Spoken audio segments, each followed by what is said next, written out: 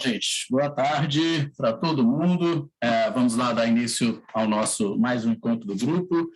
Hoje vamos continuar a discussão para uma crítica, aliás, a força da não violência, a crítica da violência ao texto do Benjamin, que a gente vai conversar também, mas a gente vai falar sobre o capítulo 4 desse livro, o terceiro, aliás, desse livro da Butler.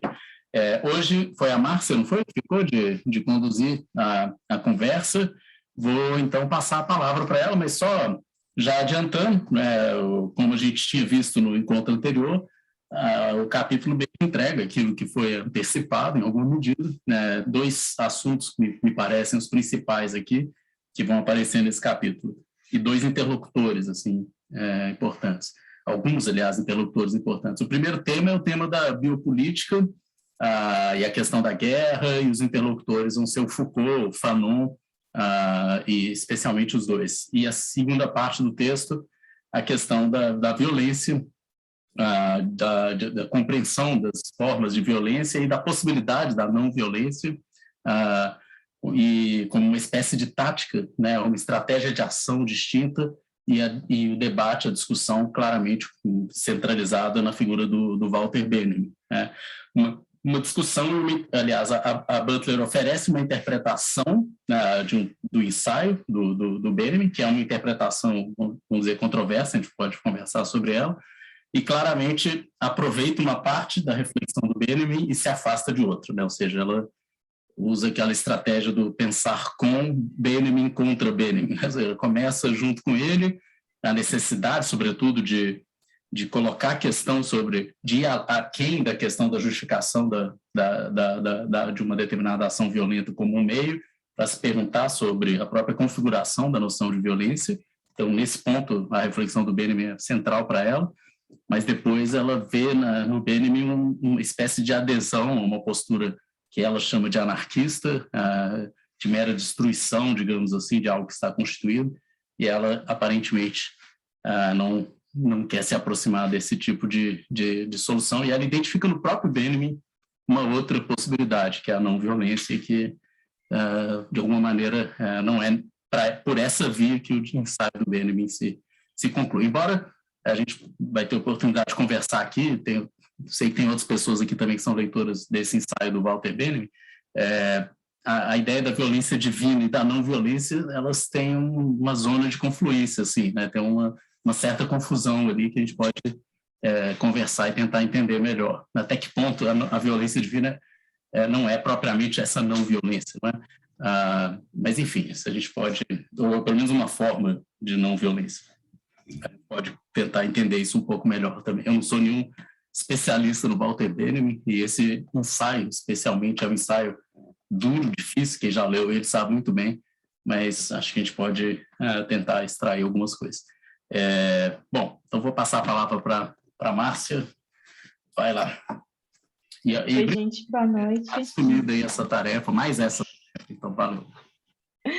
Estou super satisfeita de poder fazer a relatoria desse texto, porque de todos os capítulos que a gente já leu, eu acho que esse foi o que mais me instigou, assim, que propõe temáticas que eu consigo compreender melhor, sem tanta carga psicanalítica. Então, estou super satisfeita. Estou com um pouquinho de febre, gripei esses dias, então vou contar com a colaboração de vocês na condição da conversa. O que eu acho interessante é justamente essa transição que ela faz assim no próprio texto, que antes ela está discutindo uma perspectiva mais moral, para quem coloca as disposições morais, a quem elas são colocadas, e aí nesse capítulo em especial ela vai propor e vai passar a analisar táticas inconscientes ou tácitas de racismo, como que isso vai estruturando o discurso público, o discurso estatal, sobre a violência e sobre a não violência, que é o tema geral do texto, né? E aí, assim, bem já na página 89, que é essa página do começo, ela vai ressaltando as múltiplas formas, os múltiplos sentidos de violência, e ela vai falando que sobre essas perspectivas de formas de violência, e ela destaca a forma como o Estado age diante de práticas que, se aparentemente se opõem ao que o Estado entende que é legítimo, o próprio Estado nomeia como violência, por exemplo. E eu achei interessante observar isso, porque demonstra que, geralmente, quem está detendo algum poder vai manipular a informação de forma a ser mais favorável para a manutenção daquela estrutura de poder, né? É isso que ela demonstra aqui ao revelar isso. Então, ela vai propondo pensar razões, já avançando no texto, razões que podem nos impedir ou não de matar, explicando que essas razões que vão nos impedir ou não de matar, elas vão condicionar todas as nossas visões sobre as quais a gente tem que preservar ou quais são as vidas que não devem ser preservadas. E é interessante que Butler ela faz já na página, deixa eu ver aqui, página 90, nessa primeira parte, ela faz essa construção dessa palavra demografia, que ilustra muito bem, assim, eu achei uma sacada genial de vir no texto, porque quando ela propõe essa construção gráfica, né, da palavra, ela vai demonstrando, assim, através disso, quais são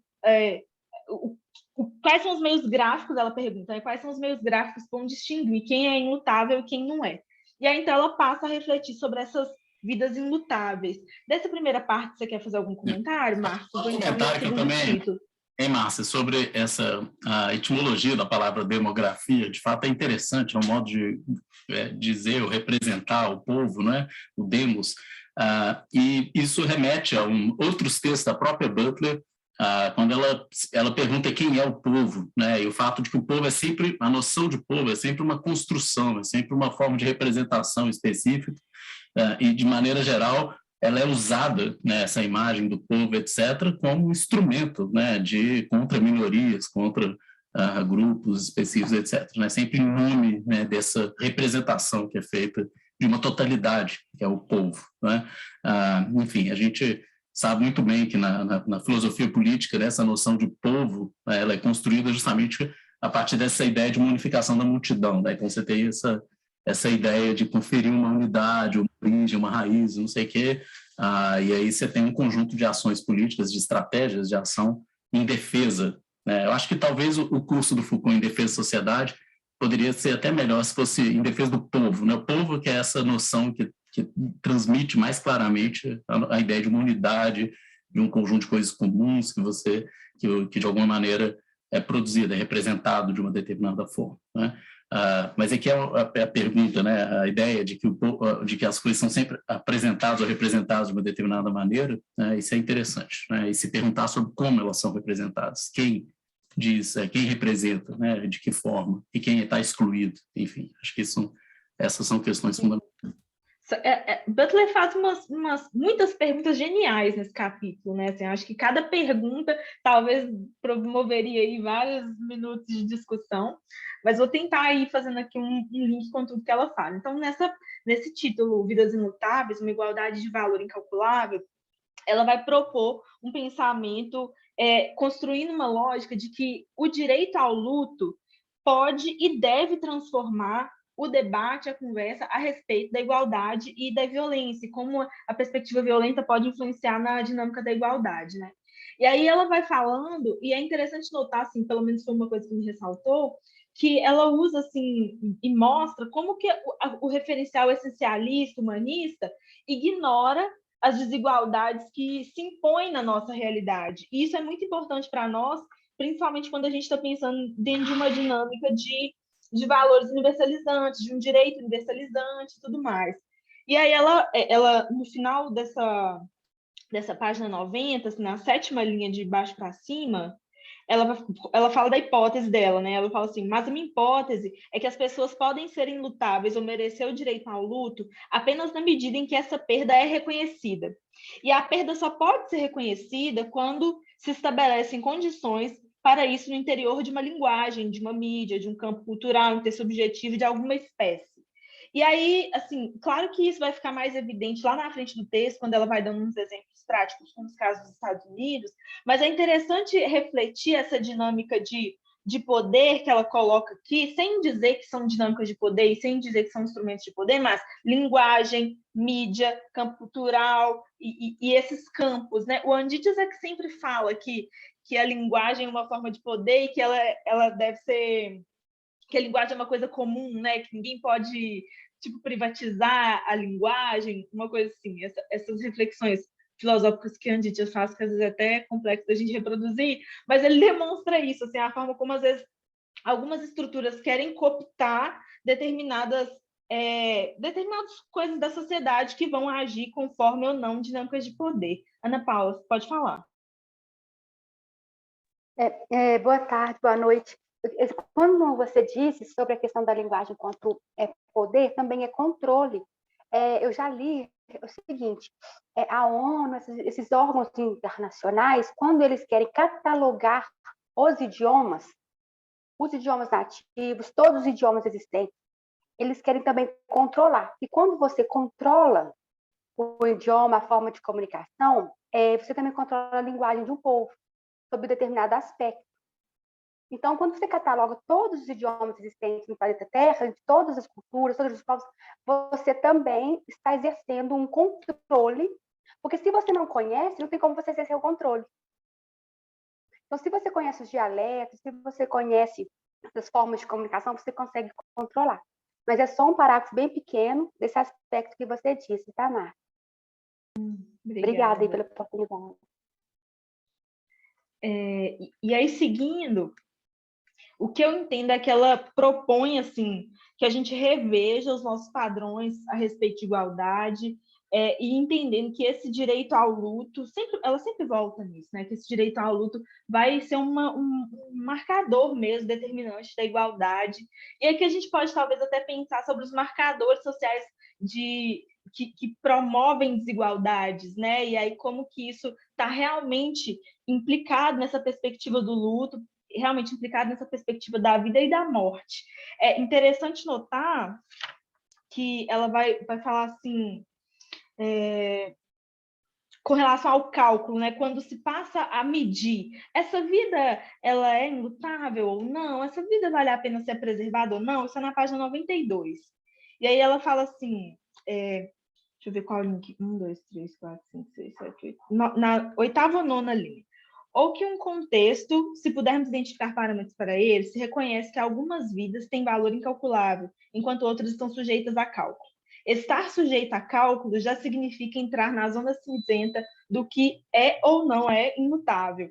E aí é interessante, você sabe, pensar essa proposta que ela faz, esse cálculo, quando a gente percebe isso, por exemplo, com o sistema de justiça criminal. Às vezes a gente pensa assim, deixa eu ver se fulano merece estar preso ou não, casos de homicídio que vão à júri popular, e aí existe esse cálculo, se vale a pena ou não encarcerar aquela pessoa, condenar aquela pessoa.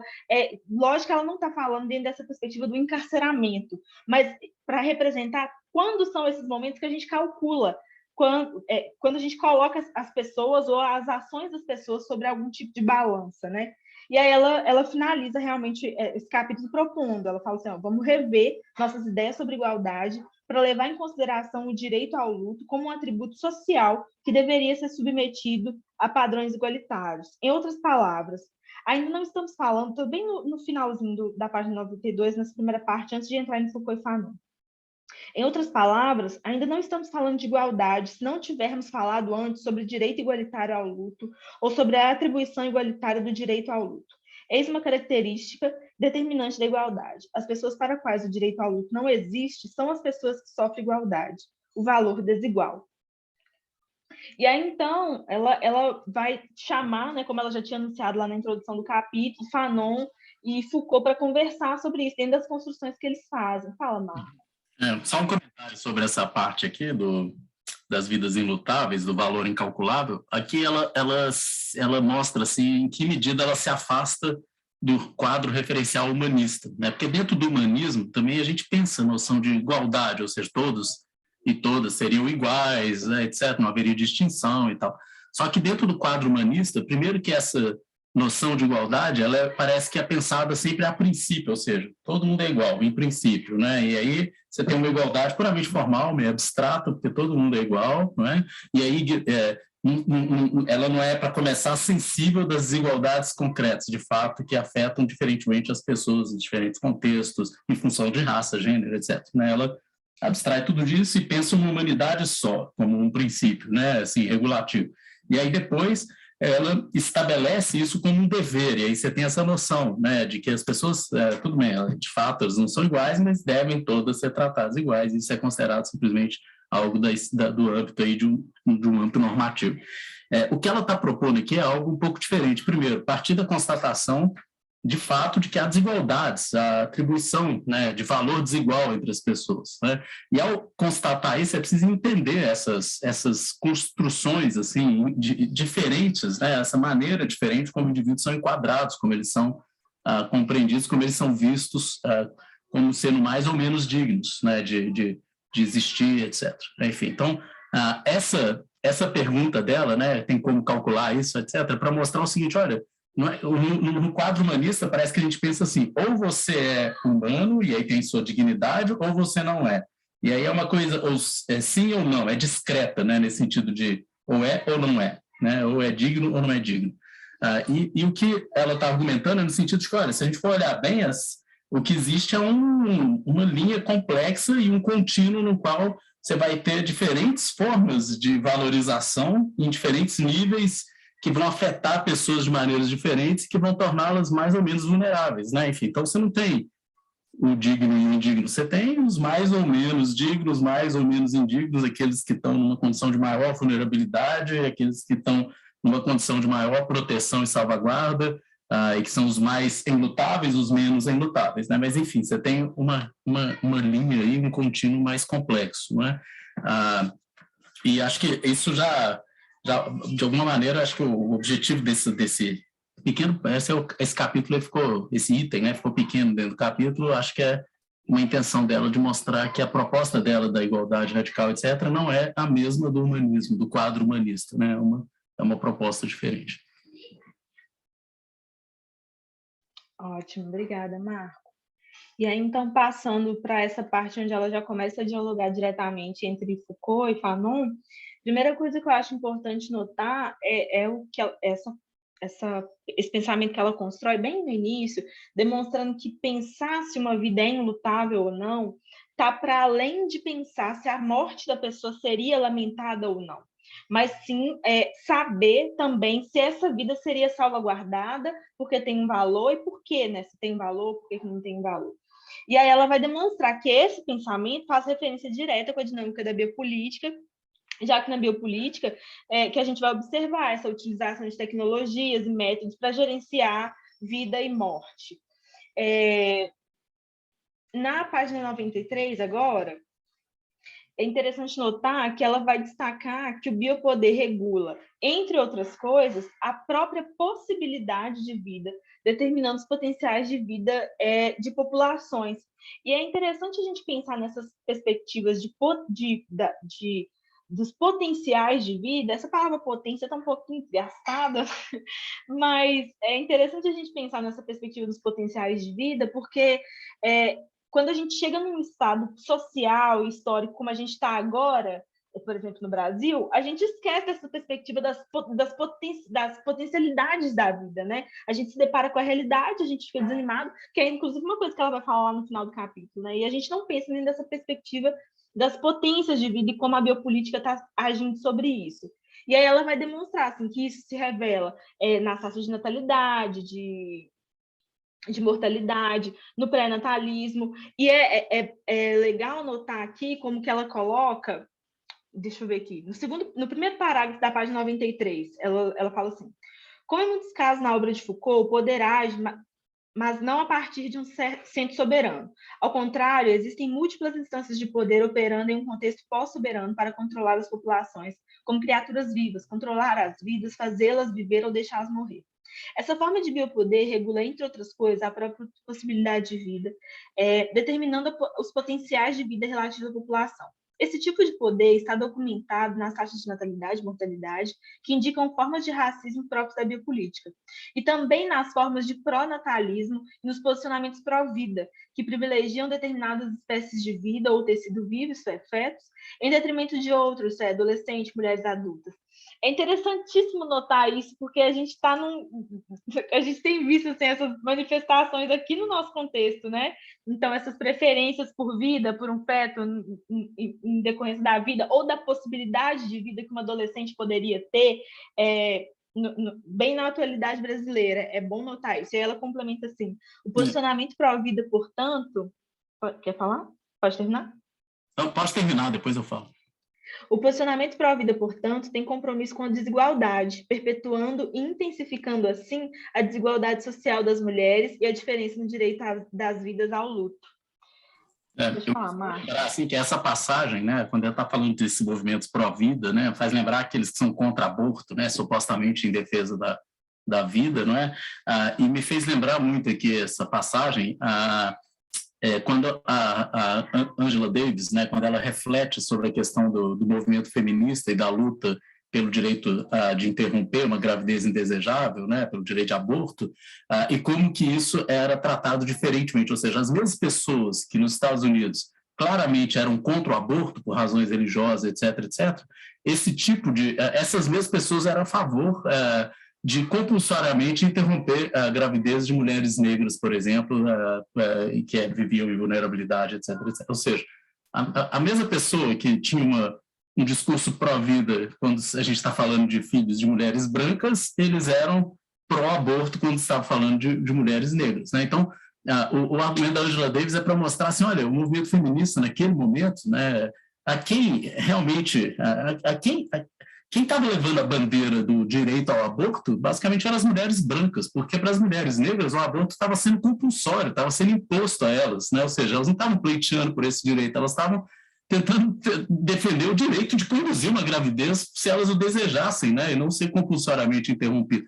Eu acho que isso mostra claramente como que o elemento do racismo atravessa a noção de vida, ou seja, como que o mesmo prática, né, do aborto pode ser interpretada pela mesma pessoa de maneiras radicalmente diferentes, e o que explica isso claramente é o elemento racial, né? Esse é um capítulo assim, da história do feminismo que a Angela Davis narra muito bem. Marco, eu tenho minha mãe, ela é doula no hospital. Doula é aquela pessoa que ajuda a parturiente, a mulher que vai ter um bebê, a ter o bebê, né? E aí ela estava contando que é muito diferente, por exemplo, a abordagem quando uma menina negra chega no hospital e quando uma menina branca chega, quando uma mulher preta gorda chega e quando outro tipo de mulher chega. E aí ela estava falando que as enfermeiras que às vezes trabalham em posto de saúde chegam lá e ficam lá conversando e relatando, assim. E aí que elas falam, assim, já chegou uma menina lá com um estereótipo que elas julgam que não seria uma boa mãe e tal. E ela fala, não, chega lá no posto, a gente já fala. Quer colocar um DIU, quer tomar um anticoncepcional, tipo assim, para essa menina não ter um filho, é para ela não engravidar nunca mesmo, assim. Então, ainda que não sejam abortos forçados, existe uma perspectiva também que incentiva a não gravidez de determinados grupos de mulher, ainda hoje, assim, né, no Brasil. E é importante a gente notar que isso também afeta a perspectiva da natalidade de mulheres negras e eu fico pensando se isso também não está ligado num projeto de nação mesmo, assim, né, de branqueamento, ou quando começam a matar todos os homens pretos, com quem essas mulheres negras vão começar a se relacionar e se engravidarem e tiverem filhos, sabe? Como é que se isso também não afeta no branqueamento da própria população? Então, são coisas que às vezes são implícitas, é o que ela fala no começo, tem umas perspectivas implícitas e umas perspectivas tácitas, e a gente tem que ficar atento para observar todas essas nuances. Oi, Ana. A última intervenção que eu vou fazer, tá? É o seguinte, é porque eu estou estudando também um pouco da Butler sobre no aspecto da população em situação de rua. Aí tem um caso muito emblemático que eu abordo, que é o seguinte: quando houve aquele homicídio do índio Galdino Pataxó, lá em Brasília, os jovens, quando eles foram lá para os criminosos, né, os homicidas que tentaram matá-lo e conseguiram, quando eles foram dar o depoimento deles, eles disseram assim: pensei que fosse um mendigo. Ou seja, eles não sabiam que era um índio, né? Ou seja, então quer dizer que se fosse um mendigo, você podia tirar fogo? Então, sobre esse aspecto, a vida dessas pessoas, elas não são passíveis de luto. E além disso, a vida dessas 600 mil pessoas, mais de 600 mil mortas por Covid, não são passíveis de luto. Um outro aspecto, né, em relação à necropolítica que a gente pode fazer. Mas é isso, Márcio, só para trazer essa abordagem que eu faço sobre a população em situação de rua, tá? Só um comentário sobre do Índio Galdino, né? Eu me lembro, nessa época, um desses jovens, ele era estudante da UFMG, ele ingressou no curso de Direito na UFMG, e na época eu estava na Fafiche ainda, e eu me lembro que ele estava, então, cursando o primeiro período, depois ele abandonou o curso, mas ele cursou o primeiro período, e tinha um professor lá de filosofia, que eu me lembro que era o professor dessa turma, quando ele descobriu isso, que ele era professor de ética, né? Justamente a introdução à filosofia é ética, ou seja, ele tinha que dar aula de ética para esse cara, né? E a gente, na sala dos professores, pensa, o que você pode falar para um cara desse, né? O cara que achou que podia matar um indivíduo porque ele era um mendigo, né? Enfim, é difícil começar um curso de ética com esse público, né? Eu nem sei por onde começar. Mas, enfim. A gente não sabe nem qual o pressuposto, né? Qual o pressuposto começar a conversar com essas pessoas. Realmente é um desafio muito grande. Mas esse discurso, ele continua, né, sob outras formas. Semana passada a gente teve a morte de um homem negro por um militar que achou que era bandido.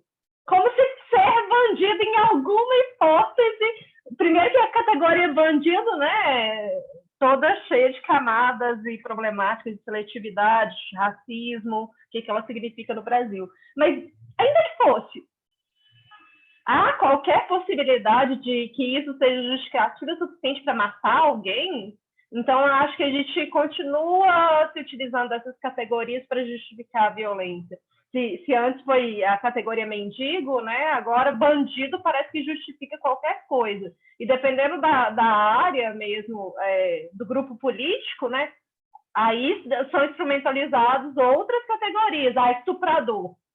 Essa categoria também de quem vai ser mobilizado para proteção da pureza infantil. Então, eu acho que a gente trabalha muito no Brasil ainda com essas categorias que podem ser matáveis, né? Que a rotulagem dela já permite essa violência. A gente trabalha assim com essas categorias e é tão absurdo que no noticiário, por exemplo, quando vai se relatar, contar para o povo que quem morreu tantos numa operação policial, todos tinham passagem pela polícia.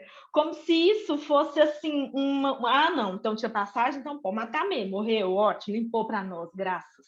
É como se estivesse falando isso, né? É um absurdo, porque realmente isso acontece todo dia. Infelizmente, né, é triste quando a gente está lidando com esses dados, porque diariamente surge uma coisa nova, uma notícia nova, um relato novo que demonstra isso. Ana, e continuo, Ana e Todes, falem quanto quiserem, abram o microfone e intervenham. Acho que a reunião fica mais produtiva quanto mais participações tiverem. Avançando no texto, ainda na página 93 e 94, a Butler, então, ela vai passar a analisar a diferença entre relações biopolíticas e relações que ela chama relações de guerra.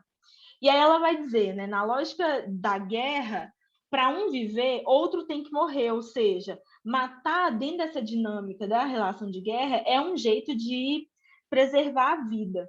E aí ela vai colocar aqui para Foucault, inclusive, Marcos, se for o caso, você pode intervir para ficar melhor. Ela fala assim que para Foucault separa a biopolítica da ideia de guerra. E ela coloca que na medida em que ele vai afirmar que o biopoder tem uma relação diferente com a morte. E ela fala, né, segundo Foucault, o biopoder, no biopoder, a morte se abate brutalmente sobre a vida, mas uma perspectiva administrativa e institucional. E aí ela ressalta que é uma coisa lógica, inclusive, que é um problema que eu estava conversando com o Marco numa reunião de orientação essa semana, assim, que não é tão simples separar essa perspectiva do poder soberano do poder biopolítico, né? E aí ela vai falar o seguinte, no final da página 94, no último parágrafo, ela fala assim, o que acontece, é um parágrafo grande, mas eu acho que vale a pena ler. O que acontece se uma vida é considerada não viva, quer dizer, o que acontece se ela não é assinalada como viva? Se Foucault pode afirmar muito claramente que o direito à vida pertence apenas ao sujeito que já é constituído como sujeito com direitos, para o qual a vida é um direito necessário, então não poderíamos dizer também que a condição de ser vivo tem primeiro de ser constituída para que alguém se torne um sujeito com direito à vida? Ou seja, percebam a complexidade dessa construção, né? O que ela está falando é quantas etapas são necessárias antes para que alguém seja considerado um sujeito com direito à vida. E aí ela continua: se o racismo é um meio de introduzir um corte no domínio da vida sob o controle do poder, como ele afirma, talvez possamos pensar que esse corte faz a distinção não apenas entre tipos superiores e inferiores entre as noções de espécie, mas também entre viventes e não viventes. Afinal, se uma população não vivente é destruída, nada digno de nota aconteceu. Não há destruição, apenas a remoção de uma curiosa obstrução no caminho dos viventes. E é exatamente isso que a gente estava falando. Ah, morreu, limpou para nós, pronto. Acho que tem uma fórmula que expressa bem isso, né? A gente está falando, a Laís falou do bandido, você já deve ter ouvido aquela, bandido não é gente, né? Tem a máxima, né? E é óbvio, é isso, né? Você reduz ele a uma categoria tal que ele sequer é considerado gente, né? Ou seja, como se fosse uma limpeza de uma sujeira qualquer que estava ali no meio do caminho e tal. Isso nem pode ser assimilado a um assassinato, porque, afinal de contas, assassinato é quando você atenta contra a vida de alguém que é considerado, né, propriamente um ser vivo, então digno e tal. Para usar o termo do Agamben, né, são matas como se fosse uma mosca, né, são as vidas matáveis, né, completamente eliminadas. Alguém tinha levantado a mão aqui enquanto eu estava falando? É o Rafael. Eu lembrei muito rapidamente das pesquisas do Caco Barcelos, né, sobre Esquadrão da Morte, e agora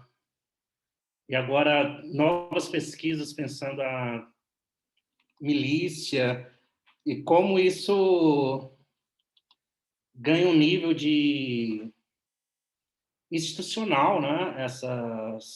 Essas práticas. Na hora que a Laís estava apontando, que eu lembrei desse ponto, como se mescla, né? Mas o bandido...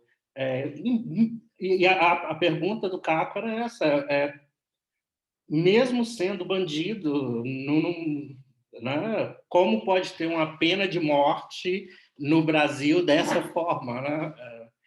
Então, essa era a pergunta dele, e aí a gente tem essa coisa meio institucionalizada, não institucionalizada, né, que é estranha, assim.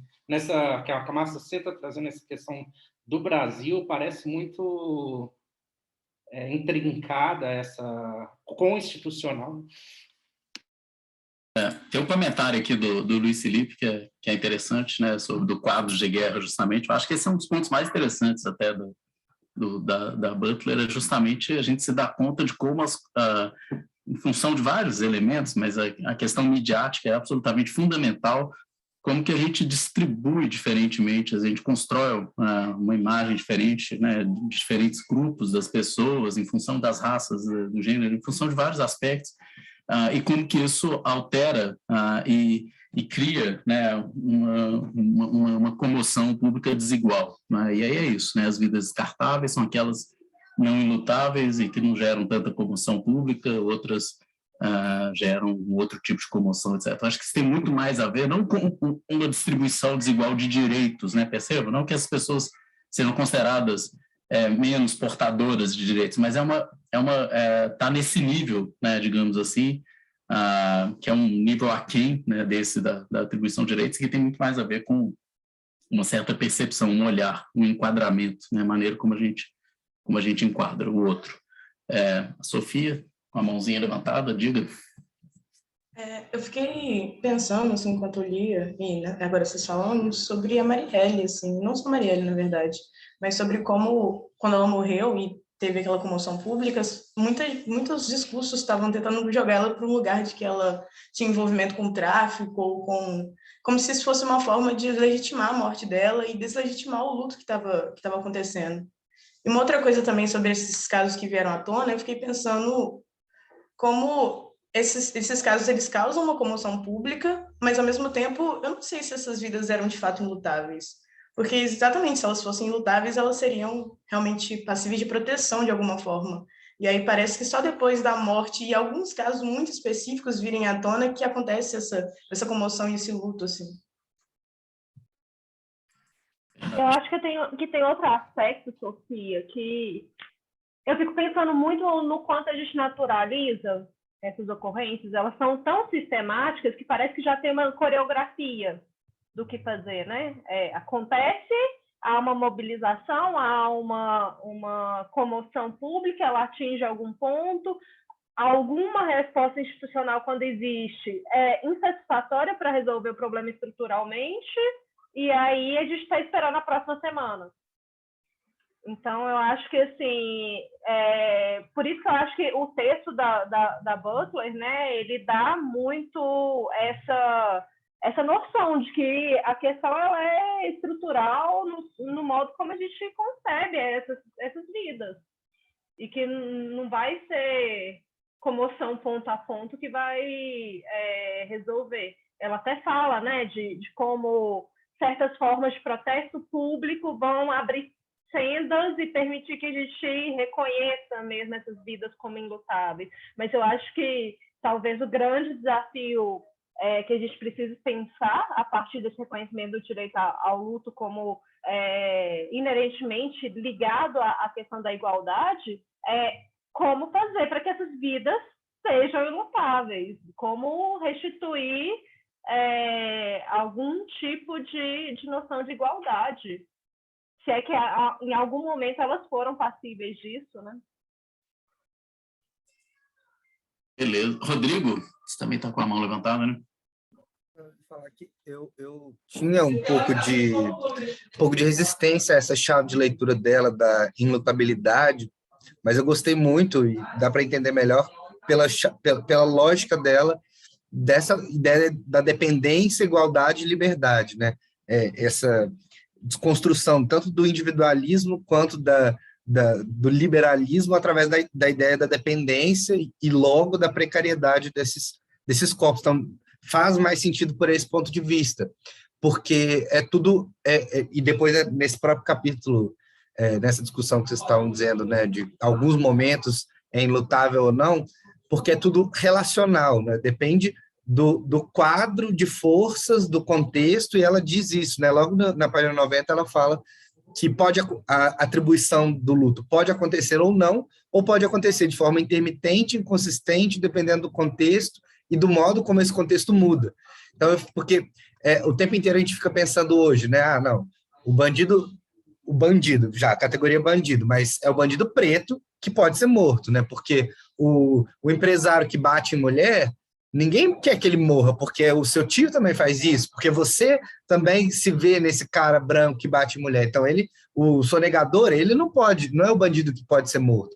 Aí eu fiquei pensando, por exemplo, na época da ditadura, brancos de classe média alta foram torturados e mortos, porque ali o quadro era diferente. O ser bandido que permitia você ser morto era ser subversivo, era ser comunista, tudo mais. Então, obviamente que não exclui, os pretos continuaram sendo mortos, corpos trans continuaram sendo mortos, tudo mais, mas muda isso. Então, enxergar a questão do luto como um distintivo guarda-chuva para todas essas desigualdades e precariedades, me parece muito interessante exatamente por essa característica relacional. Não é nada, diferentemente de algumas outras identidades fixas, vamos colocar assim, que são mais difíceis de serem colocadas em contexto. Agora, o luto, ou a incapacidade de luto, ela é sempre relacional. Então, isso, para mim, foi bem legal de entender, de fato. Bom, de fato, assim, interessante esse ponto que o Rodrigo tocou agora, da gente se dar conta, a Butler, acho que ela está chamando muito atenção para esse aspecto de como essa percepção, né, o caráter é ilutável, não como isso é variável, como isso é complexo. Eu acho que um dos esforços, assim, que eu acho muito forte nesse livro dela, recorrente, é de evitar colocar as coisas em termos assim simplificados, ou não é digno, ou não é protegido, né? Mas se dá conta de como essas coisas são relativas, como isso é contextual, como isso muda, né? O Rodrigo falou um pouco disso, de como algumas categorias eram colocadas em determinado lugar de vidas menos enlutáveis, isso foi alterando, né? Mas acho que talvez uma das perguntas essenciais que ela coloca como uma tarefa prévia para qualquer luta política é justamente fazer essa descrição, ou seja, entender essas construções diferenciais que atribuem valores desiguais para as pessoas, né, num contexto específico. Por exemplo, entender no Brasil como a distribuição do luto é feita, né, quais são esses grupos que são menos enlutáveis, né, quais as fantasias, que tipo de imaginário produz esse tipo de desigualdade e atuar no nível do imaginário contra essas construções. Eu acho que é um pouco esse o tipo de luta que ela está convocando, de certa maneira, a gente a travar. E uma tarefa prévia é essa, a gente precisa entender como a vida é construída, por isso que é o nível biopolítico, como aquilo que é considerado vivo, digno de ser salvaguardado, protegido, como que isso é produzido, né? E como isso é feito de forma desigual, né? Enfim, agora, sobre um ponto, assim, que me pareceu, assim, aqui eu não sei se eu concordo tanto com a leitura da Butler, eu fiquei meio em dúvida, assim, quando ela fala do Foucault aqui, do Em Defesa da Sociedade, né, da última aula, que é 17 de março do curso de 76, que ela sugere, né, e ela está correta, né, que a biopolítica ela tem múltiplas instâncias, né, que operam, não é simplesmente o Estado, etc., etc., só que ela faz uma distinção muito clara entre a biopolítica, o modo de operação da biopolítica, na produção da vida e tal, e a lógica da guerra, que para ela seria distinta assim, da lógica da biopolítica, só que a partir do momento, né, que o próprio Foucault diz isso nessa aula, que um tipo de um velho instrumento soberano reavivado no interior da biopolítica, é o exemplo do nazismo, né, do Estado nazista que o Foucault oferece lá, que ali, então, a gente teria uma situação na qual não é fácil separar o poder soberano do biopolítico, né, isso a Butler diz aqui. Só que assim, o que eu vejo com algum estranhamento é o seguinte, porque se a gente for olhar esse mesmo curso de 76, as aulas anteriores, quando Foucault pela primeira vez fala no curso de biopolítica, ele fala que a biopolítica ela é diferente, é claro, do exercício do poder soberano, ela tem uma série de características que são distintas, mas uma das diferenças é que na lógica soberana a gente tinha um inimigo externo, né? Então você tinha uma espécie de guerra contra um inimigo externo, a noção, né, de proteção do território, de um povo, etc. Enquanto que na biopolítica o que a gente tem, o que o Foucault diz, é uma espécie de uma guerra interna. Então você internaliza, os seus inimigos agora são internos, eles se manifestam no nível da raça, no nível do ser humano como espécie, etc., e você tem uma guerra que não é mais uma guerra de dominação, mas é uma guerra de normalização, né, interna, contra aqueles indivíduos que são identificados como, agora, ameaças a essa pureza, a esse sonho, né, de nação e por aí vai. Então, por isso, uma das frases do Foucault desse curso é de que a biopolítica, ela vai, essas estratégias de normalização, elas vão se colocar a serviço dos conservadorismos sociais. Então, o conservadorismo social vai encampar o discurso biopolítico, o discurso da guerra, de raças, etc., contra elementos internos, dentro do seu próprio povo, para, digamos assim, purificar aquela nação. E aí, isso explica claramente a ação contra certos grupos minoritários que vão ser identificados como ameaças, que podem ser ou imigrantes, refugiados, podem ser negros, podem ser nordestinos, podem ser... sempre tem alguém que é identificado como uma ameaça para um determinado sonho de pureza, e aí tem todo um conjunto de estratégias de normalização social. Então, não me parece que a lógica da guerra seja estranha à biopolítica, essa que é a questão, porque do jeito que a Butler colocou aqui, é como se fosse uma outra lógica. Eu acho que é uma guerra diferente, mas tem guerra também, né, no interior da biopolítica, uma guerra de normalização interna, etc., que o Foucault descreve assim, e que em determinadas situações, em quais situações especificamente, quando a biopolítica é atravessada pelo princípio do racismo, que é esse princípio que cinge o contínuo biológico e distingue, né, quem é considerado a vida digna e quem não é, né? Quando esse tipo de princípio, que é o racismo, atravessa uma lógica biopolítica, aí a gente passa a ter realmente, no interior da biopolítica, estratégias soberanas reavivadas, e aí é a lógica do racismo de Estado, é a lógica do nazismo, é a lógica de vários neofascismos também, etc. Você colocar todo o aparelho do Estado, etc., a serviço de uma luta contra, e aí a lógica guerreira é reavivada com toda a sua força. A lógica guerreira funciona assim, eu só posso prosperar, eu só posso vencer se eu eliminar meu inimigo. É isso, eu preciso eliminar esse outro ameaçador, né? Enfim, e isso acontece no interior da própria biopolítica. Então, assim, eu até acho que essa segunda parte, ela viu no Foucault, né? Ou seja, de fato, a biopolítica se aproxima do poder soberano, a gente tem um Estado guerreiro, etc, etc. Mas eu acho que a própria biopolítica já traz também, no interior dela, algo da ordem da guerra, que é o enfrentamento interno contra aquilo que é considerado anormal, aquilo que é considerado uma impureza, né? Basicamente isso. E numa perspectiva de crítica ao neoliberalismo, é uma internalização da guerra, da ideia do indivíduo, que está em conflito com ele e suas potências, e o indivíduo em relação ao outro, né, ao exterior. Então, você incorpora a guerra em você mesmo, né? Tanto o Dardot Laval, eles trazem isso naquele livro deles, e o Tico fala também, o coletivo Tico fala como que houve a internalização absoluta da guerra dentro do indivíduo, né? Então, o signo do indivíduo, nessa lógica da própria biopolítica, é justamente da guerra constante, permanente.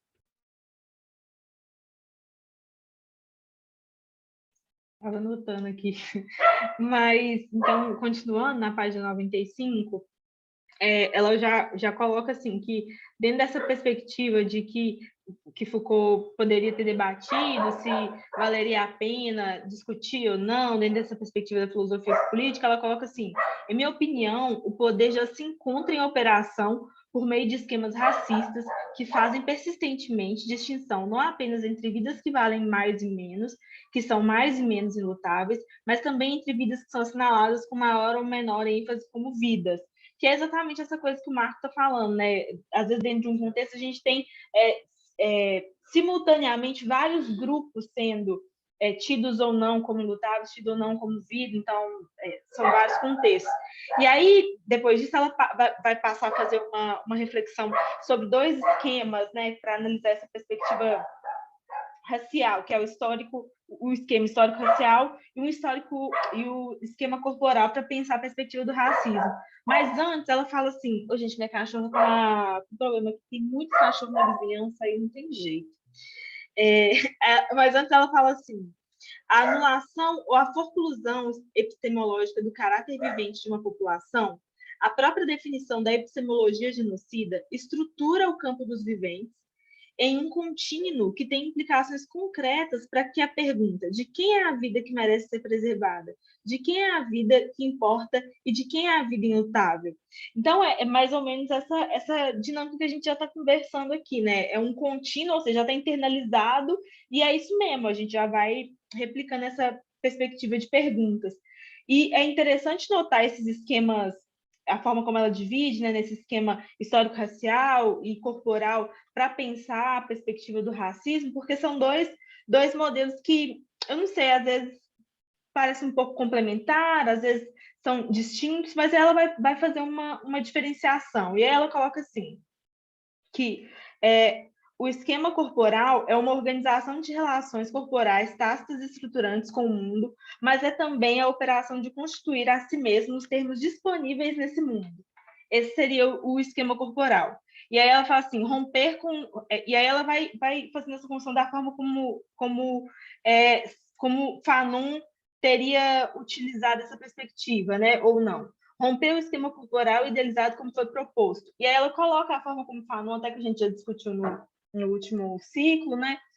A forma como ele vai trazer esse paradigma do homem branco como um paradigma que transforma a existência negra na perspectiva do mundo. E aí ela coloca: o homem branco transforma a experiência corporal negra no mundo em uma clara incerteza, através dessa perspectiva do homem branco, que é, na verdade, uma dinâmica, se a gente for pensar, que é uma perspectiva do outro, né? Quando coloca assim o homem branco, a gente tem vários autores, inclusive, pensando sobre isso, né? Sobre essa coisa da outridade. E é interessante notar isso. E aí ela relata um trecho que Fanon coloca, ela cita, né? O homem branco é aquele que me teceu com 1000 detalhes, anedotas e relatos.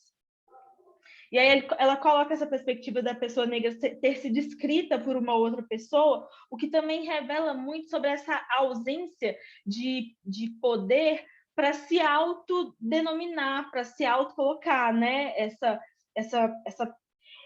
Esse poder de ser definido com base nos seus próprios termos de enunciação, em algum momento aí é retirado do homem negro, que ela coloca autoconstrução, na verdade, é o termo que ela usa. E aí ela vai falar, essa é uma luta de autoconstrução que investiga a decomposição do esquema corporal por meio do funcionamento do racismo. Eu fico pensando, é uma luta de autoconstrução, porque, na verdade, o tempo inteiro há um encontro com a decomposição, né? Então, assim, é como se fosse construir para desconstruir, e constrói, aí desconstrói o tempo inteiro, por causa dessa perspectiva violenta mesmo, de desconstituição e de morte que é colocada. Ela usa essa palavra decomposição. Não sei o que vocês pensam sobre isso, talvez eu esteja viajando, porque de vez em quando eu viajo um pouco ótimo. mesmo. Vou só, assim, um comentário sobre essa... Aliás, só uma preocupação minha, que eu estou vendo que a gente está no começo ainda do capítulo, acho que a gente vai ter que andar mais rápido em algum... Tá. Mas, enfim, tem um aspecto aqui que eu acho que a Butler apresenta bem o projeto dela, né, nesse momento, que é basicamente complementar Foucault com Fanon, usar Fanon como um instrumento para ir além do Foucault, para realizar um projeto que teria ficado no meio do caminho, vamos dizer assim, né, que não foi levado a cabo pelo próprio Foucault. E qual que é esse projeto, né? Porque é como se o Foucault oferecesse um quadro no qual o princípio do racismo e a noção de racismo de Estado aparece para a gente entender o porquê que, afinal de contas, todo um conjunto, né, de ações de natureza biopolítica se voltam contra determinados grupos, indivíduos que são identificados ali como impurezas, como ameaças e por aí vai, né? Aí você tem essa guerra interna. Mas aí ela coloca a pergunta seguinte, que eu acho interessante, que o Foucault, no final das contas, ele não nos diz exatamente como o racismo faz para estabelecer valores relativos para vidas diferentes, ou seja, ele só diz que o racismo é um corte nesse contínuo biológico, mas como que esse corte é feito, né? Como que ele é produzido, como que essas construções desiguais elas nascem, né? Como elas prosperam. E para entender isso é que o Fanon é interessante, porque o Fanon, ele pergunta, a questão dele é justamente essa, né? A construção desse indivíduo negro, né? E como que isso é uma projeção do branco, etc., né? Aquilo que a gente viu no Pele Negra, Máscaras Brancas, foi o livro que a gente leu agora recentemente. E, de fato, é uma maneira interessante de fazer aquilo que no Foucault ficou não feito, né? Que não era o tema dele, etc., mas, enfim, não foi desenvolvido ali, e que, a partir do Fanon, a gente pode fazer isso, né? Ela diz isso na página 97. Pode-se pensar que, em uma condição de biopoder, a população tem direito à vida apenas sob a condição de que seja assinalada como potencialmente indutável. Essa é a minha tese, né? Ela diz. A minha maneira de oferecer um complemento a Foucault, trazendo Fanon para a questão da participação dos esquemas raciais nas figurações raciais do que é vivo, dos fantasmas sociais que moldam as avaliações demográficas de quem é ilutável e de quem não é, né? E a quem pertence a vida que deve ser preservada e de quem é a vida que pode ser eliminada ou abandonada à morte. Enfim, então, o Fanon oferece digamos assim, esses esquemas raciais que ajudam a gente a entender essas construções diferenciais desse outro que vai ser retirado do domínio do vivo. Essa que é a questão, né? Não vai ser considerada a vida a ser protegida, né? Então, acho que é uma estratégia interessante e, aliás, fico feliz de ver, né? Porque parece que a gente seguiu um caminho coerente, né? Ou seja, a gente primeiro discutiu Foucault, depois Fanon, e agora uma junção de Foucault com Fanon no projeto da Butler, né? Que um complementando o outro. Mas, enfim, diga então, Márcia, vamos continuar. É interessante notar também, assim, ela foi genial em várias construções que ela fez, mas essa coisa que ela coloca da pessoa ser tirada do campo dos vivos, e aí ela usa essa palavra, né, fantasmagoria, para compreender, assim, é interessante. Ela fez vários jogos de palavras assim nesse capítulo. Eu acho que essa é uma linguagem boa também de usar. E aí ela coloca que essa fantasmagoria do racismo é parte desse esquema racial, que é um esquema racial que ela já tinha colocado na página anterior, que promove, assim, que abre caminho tanto para compreender essa perspectiva de quem é sujeito, quem é ilutável ou não, mas também ela coloca antes, assim, que faz pensar e permite refletir sobre modalidades de agência e resistência que emergem de uma população que pode ser pensada como sujeito individual, nem como sujeito coletivo, mas, infelizmente, esse não foi o caminho que Foucault seguiu. Mas eu acho que nada a ver ficar criticando Foucault pelo que ele não fez, né? Eu não gosto desse tipo de coisa. E aí, nessa página 98, então, depois de pensar essa perspectiva de que o racismo, essa fantasmagoria do racismo é parte do essencial do esquema racial, ela vai dando vários exemplos dentro da perspectiva estadunidense. E eu fiquei pensando, enquanto li, assim, quais são os exemplos, se a gente estivesse escrevendo esse livro num contexto brasileiro, numa análise do contexto brasileiro, quais seriam os exemplos que a gente poderia pensar? Será que a gente colocaria... O que ela coloca aqui, nesse primeiro momento, analisando principalmente a violência contra homens negros, ela analisa uma violência policial, né? Uma violência policial ativa. Então, será que a gente poderia colocar o quê? Jacarezinho? Aqueles meninos que morreram com 111 tiros, 5 meninos, né, com 111 tiros. Acho que a pergunta é assim, não é se a gente tem exemplos, assim, quais exemplos de hoje você quer? Se você buscar no jornal, você vai encontrar vários hoje. Ai, que horror! É isso. Semana passada, o menino foi preso, saiu para comprar pão, e aí teve um tiroteio, ele correu, vira um saco na mão dele, que era um saco de papel, deduziram que ele estava com droga, prenderam o menino, sabe? Até outro dia ele estava preso, parei de acompanhar o caso. Então, a gente tem inúmeras possibilidades. E aí, no finalzinho da página 98, ela faz um questionamento a respeito disso, dessa perspectiva de como que essa ação policial se dá.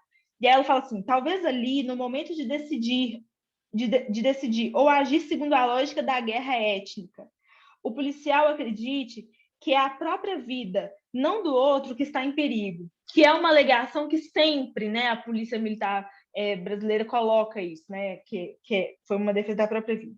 E aí ela continua, e talvez esse seja simplesmente o momento violento de um aparato biopolítico, um modo de conduzir essa vida à morte. Nesse caso, o homem negro está simplesmente ali, vulnerável à morte e é morto, como se ele fosse preso e os policiais fossem caçadores. E existe mesmo essa dinâmica da caça, né? Principalmente nas operações policiais, dentro das comunidades e morros aí ao longo do território brasileiro. É louco pensar isso. Mas é interessante também pensar, que é um diálogo que é interessantíssimo a gente fazer, que é como que essa violência policial na perspectiva racista afeta também outros corpos. E aí, então, ela passa a pensar como isso vai afetar corpos de mulheres. E ela coloca, né, não só homens negros amargos, mas corpos queer, trans, que viram as costas para a polícia, virou as costas para a polícia já é alvo, né? Ela coloca assim. E aí ela passa, na página 99, ela coloca assim, parece que um fantasma se apodera desse processo reflexivo, inverte as figuras e os movimentos que ele vê para justificar de antemão qualquer ação letal que ele possa cometer. Ou seja, é como se a visão dessa autoridade policial já estivesse tão viciada que existe essa sombra aí, né? Esse fantasma que vai condenar realmente essa pessoa que está racializada. Dentro das perspectivas, quando ela vai analisar já na página 100, as violências que são... Vou pular assim de página, mas quem quiser comentar, vai comentar.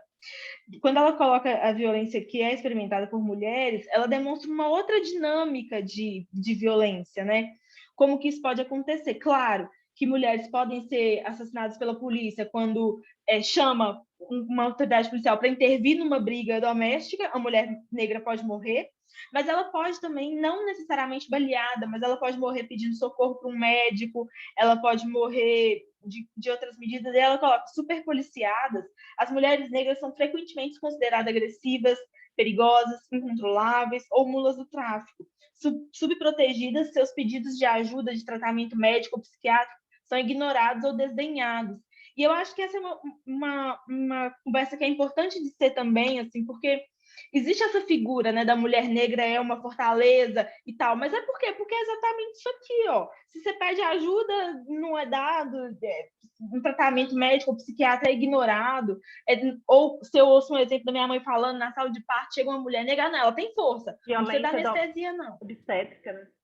Exatamente, não, você tem força, que é isso, esse quadril aí. Chega a mulher com quadril, é o biotipo dela, e aí ela tem força para parir o bebê sem qualquer ajuda medicinal ali, por causa da cor da pele dela, né? Então, são outros tipos de violência. A Carneiro, Márcia, quando ela está discutindo a tese dela, justamente essa ideia de genocídio da população negra, né? Como que esse termo se adequaria, ela faz justamente essa observação, que enquanto ao extermínio e encarceramento dos jovens negros homens, as mulheres são submetidas a todas essas formas, né, que a própria Buckler narrou, mas, sobretudo, a violência obstétrica.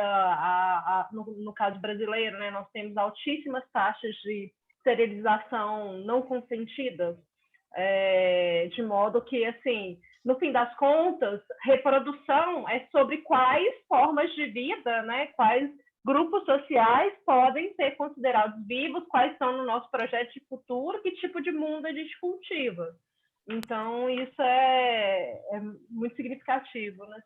E Laís, sobre isso de violência obstétrica, eu me lembro de um tempo atrás, agora eu não me lembro exatamente assim, os dados, mas que me chamou muita atenção quando eu vi isso era o uso de anestesia, né? A quantidade de anestesia nas mulheres negras ser menor do que nas mulheres brancas. Eu pensei assim, mas como assim? Elas sentem menos dor? Como assim, sabe? Elas são menos anestesiadas? Essa ideia que a Márcia falou, né, de que a mulher negra teria que aguentar mais, que ela seria mais forte e tudo mais, porque ela é considerada, de fato, desumanizada, né? Exatamente. E aí, na página 101, ela coloca no primeiro parágrafo assim, todas essas formas de tirar uma vida ou de deixar uma vida morrer não são apenas exemplos concretos do modo como funciona a métrica do direito ao luto. Elas têm o poder de determinar e distribuir o direito ao luto e o valor à vida. É exatamente isso, são vidas sem valor. E aí, agora, nesse próximo tópico, ela vai passar, lógico, então, ela faz essa reflexão sobre esse esquema racial de agressão e a forma como isso se justifica, essa perspectiva fantasmagórica mesmo. E aí agora ela passa, então, a pensar a forma como a lei vai trabalhar aí no meio dos conflitos que são postos, né? E aí ela já traz, então, uma perspectiva benjaminiana e vai chamar outros autores também para conversar.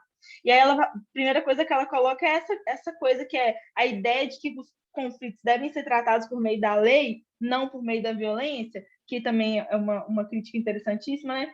Presume que a lei não exerce sua própria violência e não redobra a violência do crime, né? Que é uma perspectiva que a gente está sempre criticando aqui no grupo, nas nossas conversas, a forma como existe essa compreensão de que a punição pela lei, pelo direito, pode proteger e afastar qualquer espécie de violência, quando não.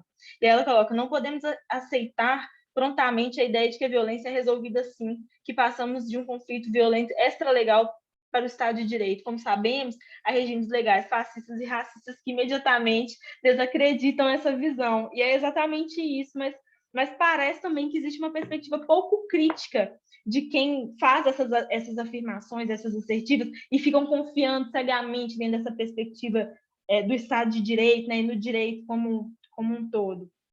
Então, ela vai tentar, né, compreender quais são as modalidades de justificação que tornam um raciocínio jurídico e a forma como o poder vai entrar dentro dessa perspectiva jurídica. E aí ela vai falar, né, pensando dentro da perspectiva da crítica da não violência de Benjamin, ela vai falar que existe a perspectiva justnaturalista, a perspectiva... pode falar, Sofia. Você pode continuar, é um comentário meio rápido, né? Pode falar, já interrompi. Perdão. Eu ia falar, na verdade, que nem precisa ser um Estado fascista, na verdade. Eu fiquei pensando no Mbembe, sobre como a nossa própria democracia, nosso Estado de Direito, ele inflige violência, assim. E aí, eu tenho até uma pergunta, na verdade, sobre um momento anterior, mas pode ser só rápido, assim, que a Butler vai fazer essa distinção entre o seu ser vivo e o sujeito vivente, eu acho. Eu fiquei pensando exatamente como no interior do Estado de Direito, alguns grupos têm o que alguns intelectuais brasileiros vão falar de uma cidadania dilacerada, de uma cidadania fragmentada. Então, isso significa que eles são só mais passíveis de violência em determinados lugares, assim.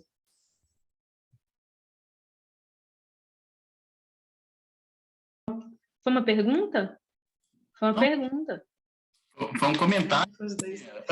Foi um comentário da Sofia, mas assim, ó, o que ela me falou me fez lembrar uma entrevista que eu vi com um líder indígena aqui no Brasil, falando sobre o governo Bolsonaro e tal, e eles, é claro que eles estavam contra, mas aí o cara lembrava assim, mas vem cá, assim, a gente não está tão assustado assim, né, digamos, desesperado, porque afinal de contas tem 500 anos que a gente está vivendo essa luta, né, ou seja, não começou com o neofascismo, não, sabe, isso aí que a gente está sendo vítima de um genocídio, não é de hoje, né, isso aí passou o governo, mudou, revolução, sei lá, ditadura, não é ditadura, a gente está sempre levando ferro, a verdade é essa.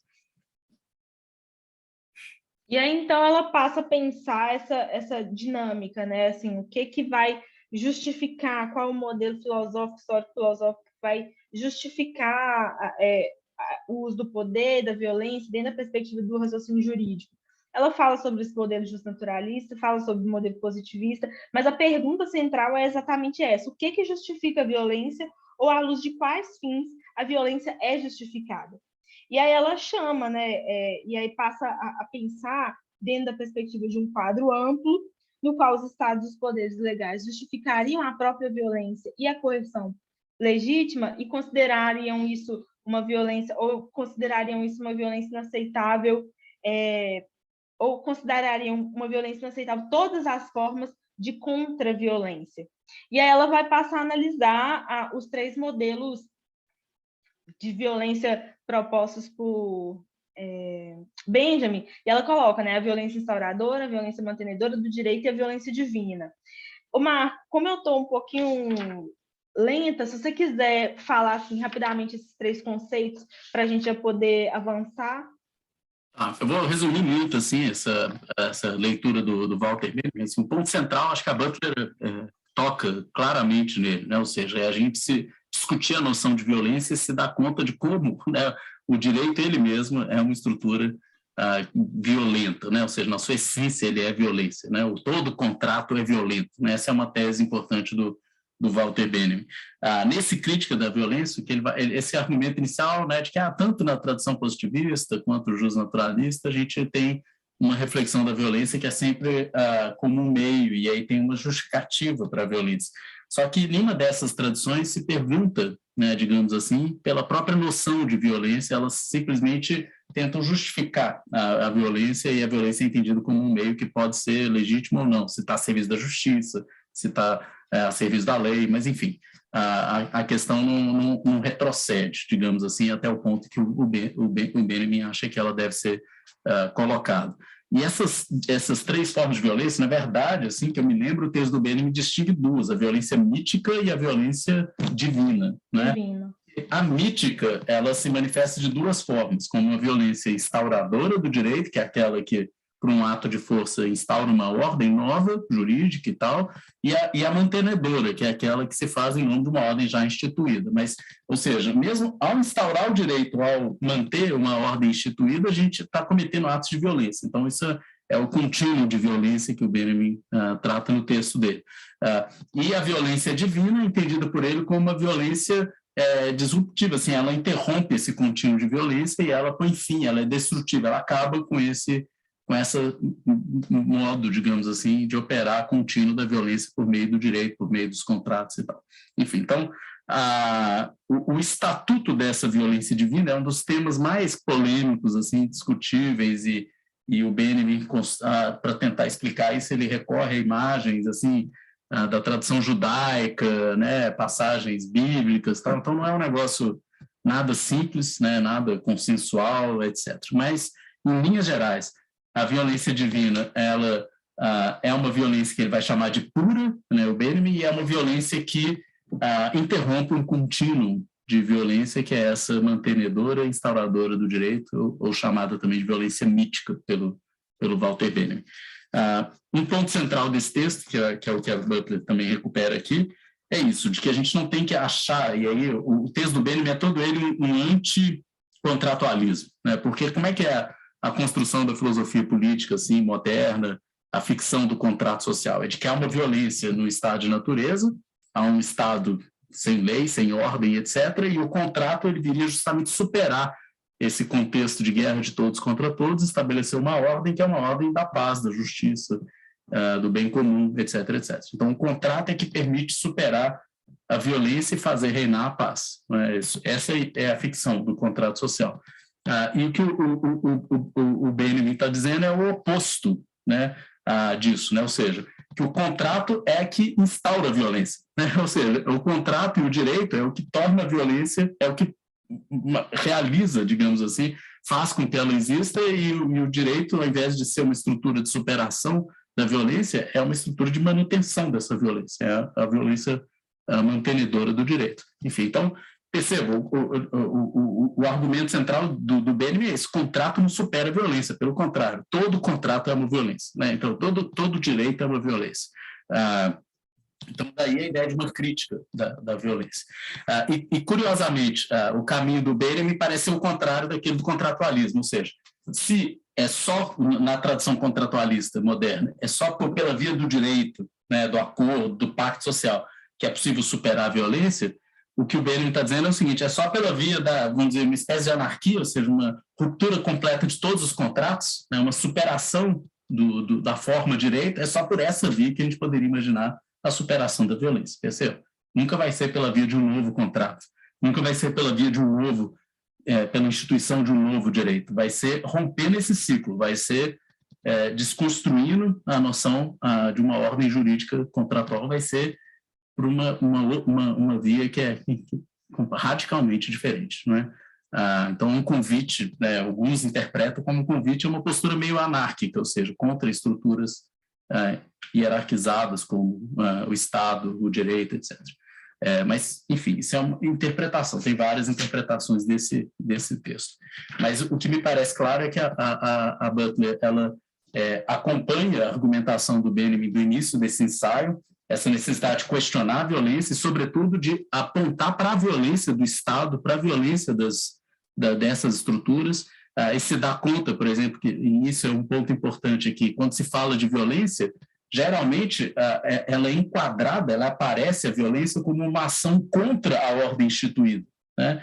Mesmo quando essa ação, esse é o argumento da Butler, do texto inteiro, mesmo quando essa ação, na verdade, ela é não violenta e é justamente uma ação contra uma violência estrutural, uma violência que atravessa o funcionamento desse Estado, desse aparato, dessa ordem social. Então, percebam, essas ações que são acusadas de violentas, na verdade, elas que são não violentas e que se voltam contra essa forma de violência instituída, né? E isso, Benjamin, ajuda a gente a entender, ou seja, o Estado, o direito, é que funcionam como formas de violência, e ações contra essa violência instituída são, na verdade, ações não violentas, né? Mas que são sempre representadas e acusadas de serem violentas. Mesmo a desobediência civil, mesmo aquelas que são claramente pacíficas, são acusadas de violentas, né? Porque comprometem uma ordem, né? Porque representam um risco, digamos assim, para algo que foi instituído. Então, acho que é nesse ponto que o Benjamin é um interlocutor importante, né, da Butler. Mas, quanto à interpretação do que é violência divina, um certo caminho mais anárquico, aí a Butler parece não comprar, digamos assim, essa via. Ela reinterpreta de outra maneira a ideia da violência divina como uma não violência radical, né?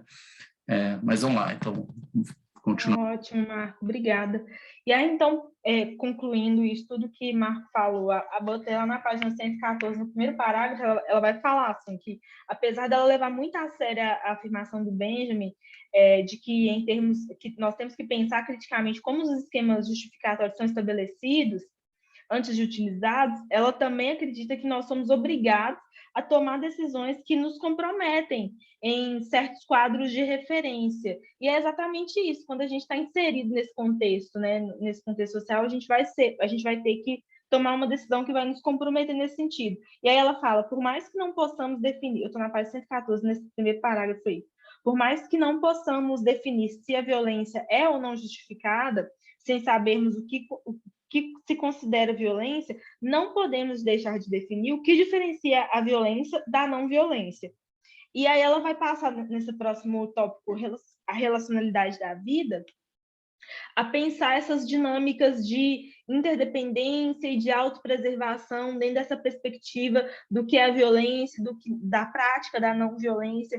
E é interessante notar que ela já começa essa conversa trazendo todas as criaturas humanas vivas para a conversa. Ela não está falando só de seres humanos, mulheres e homens ou crianças, né? Ela já coloca assim, que as criaturas humanas vivas... Aí ela cita Haraway, que a gente tinha falado alguns encontros atrás. Ela fala, as criaturas humanas vivas, pois essas, vivendo em qualquer lugar, necessitando de terra e água para continuar vivendo, vivem também em um mundo onde a pretensão à vida de criaturas não humanas se sobrepõe claramente à pretensão humana, onde não humanos e humanos muitas vezes dependem uns dos outros para viver. E aí ela vai colocar assim, como que essa ideia de igualdade radical, né, vai propondo modelos de condições de salvaguarda de vidas, né, e não só necessariamente da vida humana. E aí ela coloca na página 116, no trecho que eu acho que vale a pena citar, ela coloca assim: a crítica da violência não é o mesmo que a prática da não violência, mas essa prática não pode se desenvolver sem a crítica. A prática da não violência tem de enfrentar todos esses desafios fantasmagóricos e políticos, e isso talvez se torne um motivo de desesperança, que é exatamente o jeito que eu comecei a conversa aqui, né? E talvez a gente realmente deva pensar e tentar fugir disso. Uma coisa que ela fala na página 117, que é interessante também, ela fala que tentamos investigar, em termos gerais, a forma como um regime atribui a violência àqueles que buscam expor e desmantelar o racismo estrutural. E aí eu fiquei pensando, assim, como que nos Estados Unidos isso é muito marcado através do Black Lives Matter, por exemplo, e aqueles protestos que eles fazem, como as pessoas são tidas como violentos, ou, por exemplo, nas manifestações que nós tivemos isso aqui, muito emblematicamente marcado naquelas manifestações de 2013, né, onde haviam qualquer depredação que havia de patrimônio. Então, esse povo aí que está, talvez, lutando por essa perspectiva não violenta, eles são os violentos, né, esse jeito que se vira o discurso contra quem está tendo essa prática ou pretende ter essa crítica da não violência. Mas ela fala... Bom, eu ia fazer 2 comentários. Você mencionou aqui, a Laís, né, mencionou que a dona Haraway, né, é citada, né, e é interessante que o contexto que a citação da dona Haraway aparece é justamente no momento em que a Butler reconhece o limite dos argumentos dela. Ela puxa essa nota no momento em que ela está dizendo assim, olha, eu compreendo que esse argumento deixa muitas perguntas sem respostas, né? Ou seja, essa noção de vida, se a gente for realmente levar mais a fundo isso, tem uma série de outras questões que ela não enfrenta e que, por exemplo, a dona Haraway, algumas dessas questões, ela aborda e tal. Então, eu acho que existe um reconhecimento, assim, de que o que ela está argumentando aqui é limitado em vários aspectos. Um deles é isso, a noção de vida, a extensão disso, né, para até onde isso pode ir. E outro ponto, assim, que eu queria reforçar é que eu também tinha dito que me causou estranhamento na introdução do livro ela não ter feito referência nenhuma a Hannah Arendt, que é uma interlocutora da Butler de outros livros, mas aqui há uma referência também a Hannah Arendt, ao ensaio justamente dela sobre a violência, e é também é interessante que isso apareça na hora que ela está finalizando a análise sobre a violência do Walter Benjamin, porque claramente aqui ela escolheu o Walter Benjamin como seu interlocutor mais importante para pensar a violência, e não a Hannah Arendt, porque esses 2 textos eles se comunicam muito claramente, assim, o texto da Hannah Arendt sobre a violência e o texto do Walter Benjamin. Eu preciso lembrar que o texto do Walter Benjamin é um texto dos anos 20 ainda, de um jovem Walter Benjamin, que a Hannah Arendt era uma amiga do Benjamin, que ela conhecia esses textos, ela foi uma editora do material, dos textos do Benjamin nos Estados Unidos depois, né, quando o Walter Benjamin morreu, né, tragicamente lá na Segunda Guerra Mundial e tal. Então ela conhecia bem esse texto, e quando ela publica nos anos 60 o ensaio dela sobre a violência, eu pelo menos leio dessa maneira, tem um debate assim, né, com um Walter Benjamin que já morreu há muitos anos, mas que de alguma maneira, é uma resposta que ela dá a essa postura do Walter Benjamin sobre a violência. E ela, claramente, a Hannah Arendt, ela vai fazer uma definição de poder em contraposição à violência, contra toda a possibilidade de instrumentalização de ações violentas como instrumento de luta política legítima, etc., etc. O argumento da Hannah Arendt vai todo numa direção muito diferente do Walter Benjamin, né? E aqui a Butler cita a Hannah Arendt para dizer, olha, mas a distinção que ela faz, né, de poder e violência não é isso que interessa a ela. Ela acha que isso não é uma resposta suficiente para pensar a violência jurídica, né, a violência cometida pelo próprio direito e tal, e por isso a ponto de partida dela é o Walter Benjamin, né, essa outra aposta, digamos, que é mais radical, num certo sentido, assim, uma crítica mais radical. Enfim, então acho que é isso que eu ia comentar agora. Eu tinha alguma coisa do final, mas eu esqueci, então continue, Márcia, depois eu falo sobre. Então tá. E aí, então, já concluindo, ela vai refletir assim, sobre esse caráter nihilista que essas investigações podem deixar, assim, a forma como a gente pode ficar desesperançado ou desesperançada diante de todas essas perspectivas. E aí uma coisa interessante que ela coloca é que é necessário ter paciência crítica diante disso. E eu acho que é esse a pessoa que está comprometida com um pensamento filosófico radical, um pensamento filosófico que propõe mudanças mesmo de estrutura, precisa disso, essa paciência crítica para expor as formas de fantasmagoria e demonstrando as formas como os discursos invertem, né, as realidades, e como que isso vai mudando toda essa perspectiva, sendo que o objetivo de estudo esses dois últimos, não só pensar a não violência, né, mas tentar dialogar e refletir essa perspectiva de autopreservação, de salvaguarda da vida e de interdependência entre os seres, né, dentro de uma perspectiva da não violência mesmo. Então, quando ela vai falar que existe essa obrigação nossa de refletir sobre essa conservação da vida do outro e de não destruir a perspectiva de vida, né, das outras pessoas, essa dinâmica de autopreservação, ela se define também, em parte, ela coloca, por esse vínculo, aí eu estou lá na última página já, por esse vínculo com esse laço social que é difícil e necessário. Se a autopreservação fosse um terreno da violência, se fosse cultuada como a exceção dos princípios da não violência, quem seria esse eu que só preserva a si mesmo e aos que já pertencem ao regime? Esse eu pertence somente a si mesmo ou àqueles que aumentam o sentido de si mesmo e, por isso, permanece sem mundo, ameaçando esse mundo. É uma conclusão bonita que ela faz, né? Assim, uma reflexão crítica que volta à esperança, reflexiva também ao mesmo tempo, depois de ter feito uma construção teórica assim, riquíssima, né? Pesada também, trabalhando com autores pesados, como o Marco estava falando aí, ela traz Foucault, Fanon e Benjamin, e todo mundo para dar o suporte que ela precisa para essa construção. Eu acho que para a relatoria era isso que eu tinha que colocar, então a gente tem uns minutos finais para quem quiser fazer qualquer comentário. Eu quero comentar o comentário do Luiz aqui no chat, mas assim, antes de eu comentar o comentário, eu lembrei o que eu ia falar, que é uma passagem que a Márcia chamou a atenção para ela, que é quando ela fala que a crítica da violência, ela seria necessária para desenvolver essa prática da não violência, ou seja, ela é uma condição necessária, não suficiente, mas é impossível a gente construir essa prática sem passar por essa crítica, né? Então, me parece que esse capítulo tem essa função meio propedêutica, vamos dizer assim, de preparar o terreno para a possibilidade dessa prática da não violência. E a preparação do terreno exige a crítica da violência, né? Então, o Benjamin é um capítulo necessário, vamos dizer assim, para seguir em frente.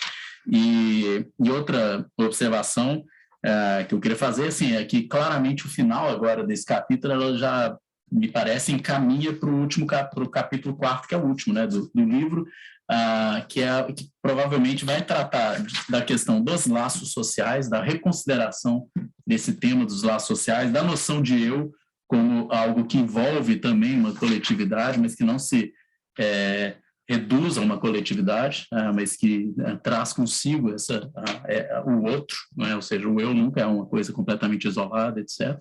E me parece que essa reafirmação, essa reconsideração dos laços sociais, repensar a noção de eu para construir uma prática da não violência, eu acho que o último capítulo deve enfrentar esses temas, pelo que eu estou entendendo assim, do encaminhamento do argumento dela e do texto. E geralmente ela termina o capítulo meio que colocando e apontando, né, para aquilo que vai vir na sequência. Então, acho que a gente pode esperar isso do próximo capítulo. Bom, quanto ao comentário aqui do Luiz, que ele acha, né, que talvez a Butler tenha se interessado mais pelo texto do Benjamin, porque ele tem um final aberto, aporético. De fato, a noção de poder divino, né, poder, não, violência divina, ou violência pura, né, deixa várias margens, assim, uma margem grande, né, várias possibilidades de interpretação. Enquanto a Arendt não, de fato a Arendt é mais, ela oferece uma leitura do que é violência, em oposição ao poder, etc., de uma forma mais fechada, e acho que menos interessante para Butler, porque o objetivo da Butler é levar adiante a crítica que o Benjamin começou, que é justamente a crítica à violência estatal, a violência que está na estrutura que organiza o status quo, assim, que está estabelecida e que é mantida pela estrutura que está aí, etc. Ela quer denunciar essa violência, e não só denunciar essa violência, denunciar a inversão que ela faz na hora que ela enquadra a noção de violência, ou seja, ao acusar aqueles movimentos não violentos, em nome justamente daqueles grupos que são mais vulnerabilizados, etc., acusá-los de eles serem os violentos, enquanto você tem todo um Estado, um aparato policial extremamente violento, né? Uma violência estrutural que atravessa toda a sociedade, extremamente violenta. E aqueles que se colocam contra isso é que são acusados de violentos, né?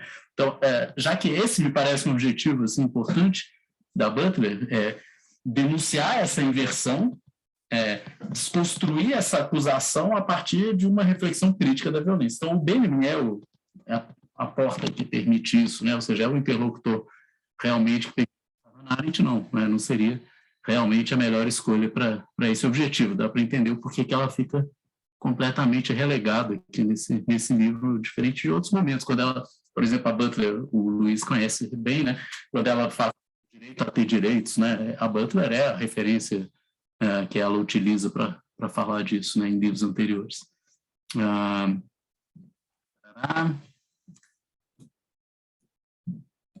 Ok. Sofia está com a mão levantada. Diga, Sofia. É só que ela dá um exemplo sobre essa inversão, que é dos imigrantes, e eu achei extremamente absurdo, tipo, colocarem nesse movimento de migração um ato de violência, assim. Porque é exatamente uma lógica racista, é como se... porque esse é exatamente o argumento deles, vocês não podem entrar no país por uma tentativa de manter uma pureza racial que não existe, assim. E é literalmente esse o argumento. Então, eles estão sendo violentos porque eles estão por um racismo interno, assim, da Europa. E aí é até estranho tentar justificar a violência na migração, assim. Acho que é um exemplo muito absurdo, assim. Verdade. Bom, o Luiz lembrou aqui, no Corpos em Aliança, a gente leu aqui no grupo, né, que tem essa discussão com a Hannah Arendt, mas que ela, de fato, ela se distancia também da Hannah Arendt, né, especialmente lá aqueles temas, né, que tem, enfim, de outros textos da Hannah Arendt. A questão feminista na Arendt é problemática, né. Algum outro comentário, gente? Márcia, mais alguma consideração? Valeu, Márcia, foi ótimo aí a condução da conversa hoje. Então, semana que vem, para a gente finalizar, vai ser o último encontro, né, para a gente conversar sobre o capítulo 4. É isso mesmo, né? O último, né? É isso mesmo. A gente vai falar sobre o 4 e a conclusão no mesmo encontro? É isso mesmo, né, Márcia? Tá, é porque o capítulo 4 ele é um pouco mais curto, né? Então a gente conversa sobre ele e também a conclusão, que é o pós-escrito Repensando a Vulnerabilidade, a Violência e a Resistência. E aí a gente termina, então, o livro e termina as atividades do semestre, né? Conto com todo mundo lá novamente para a gente terminar, fechar com chave de ouro. Tem alguém já que assumiu a condução dessa conversa? Algum voluntário, gente? Cadê a galera? Você colocou aqui. Então, vamos ver. Se aparece alguém, seria ótimo para conduzir essa conversa final. E a gente faz um debate final também sobre a nossa percepção do livro, o que a gente achou mais interessante ou menos, que cada um reteve, assim, e a gente pode conversar de uma maneira mais solta, né? Acho que a gente pode tentar andar mais rápido, assim, na discussão do capítulo, para ter tempo para falar de uma maneira mais solta do livro como um todo, fazer esse debate final. Então, ótimo, a Márcia compartilhou aqui, ó, inscrevam-se, coloquem lá seus nomezinhos, para a gente ter alguém, senão eu vou ter que assumir mais uma vez essa tarefa, e não tem problema não, mas, enfim, eu gostaria que... Eu até queria, mas a Márcia sabe que eu tenho um prazo semana que vem. Inclusive, está me cobrando esse prazo. Tudo bem. Entendo perfeitamente. Mas, enfim. Mas eu vou ver se eu consigo, assim, pelo menos para te ajudar, Marco. Então, ótimo, Laís. Valeu. Então, tá, Laís. Então, você me ajuda, então.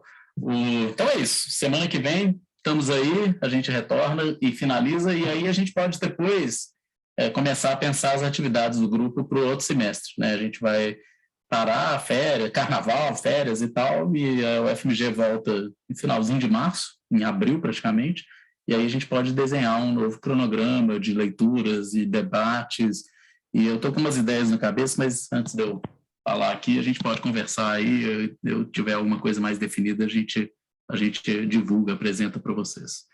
Tá ok? Bom, então é isso, gente. Vamos lá. Boa noite para todo mundo e até semana que vem, então. Bye, bye. Tchau, gente. Boa noite. Boa noite, gente. Obrigada.